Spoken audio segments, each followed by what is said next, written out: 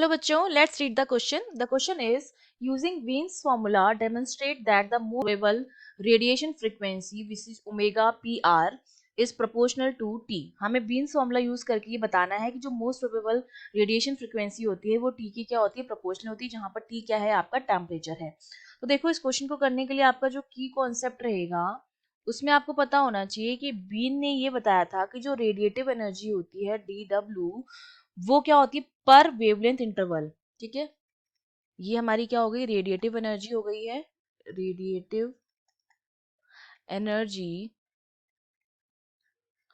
पर wavelength interval D lambda लिख सकती हूँ, ये मेरा क्या हो जाएगा, वेवलेंथ इंटरवल हो जाएगा, वेवलेंथ इंटरवल।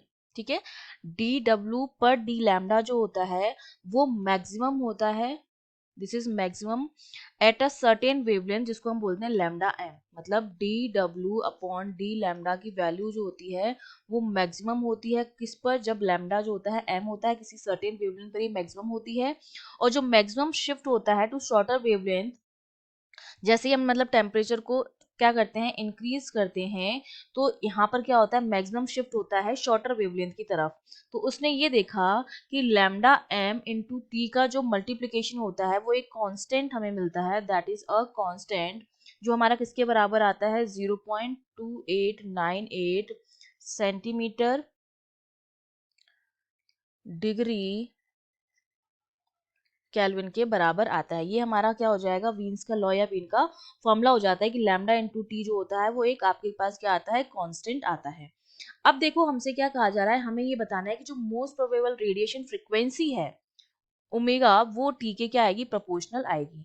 तो देखो, इसके लिए मैंने क्या कहा कि हमारे पास जो मोस्ट प्रोबेबल रेडिएशन फ्रीक्वेंसी होती है उसके लिए हमारे पास एक इक्वेशन होती है, वो हमारे पास क्या होती है, D upon D omega U omega which is equals to 3 omega square F omega upon T plus omega upon T का cube F omega upon T equals to 0। ये हमारे पास इक्वेशन होती है for most probable radiation frequency के लिए, ये equation होती है। और हमारे पास जो मैक्सिमम फ्रीक्वेंसी होगी वो क्या होगी, रूट होगी जब ओमेगा इक्वल्स टू 0 होगा। ठीक है, हमारे पास जो मैक्सिमम फ्रीक्वेंसी है, मैक्सिमम फ्रीक्वेंसी वो रूट होगी अदर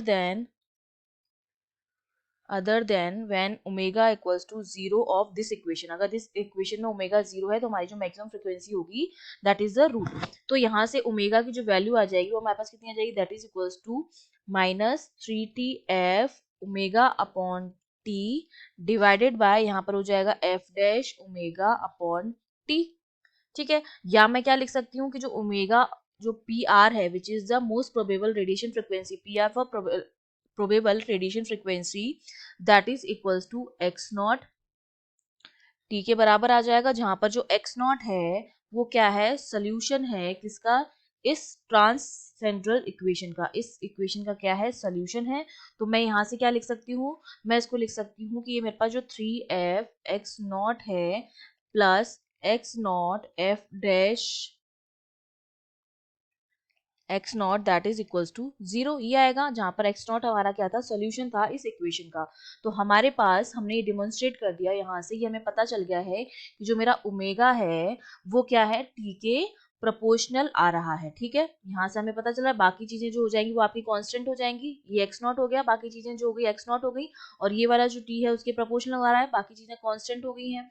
तो एक्स नॉट हमारे सॉल्यूशन हो गया इस इक्वेशन का। और इस फॉर्मूले से हमने जो फॉर्मूला निकाला है ओमेगा, उससे हमें पता चल रहा है कि ओमेगा जो है वो टी के क्या है, प्रोपोर्शनल है। I hope you understood well, all the best.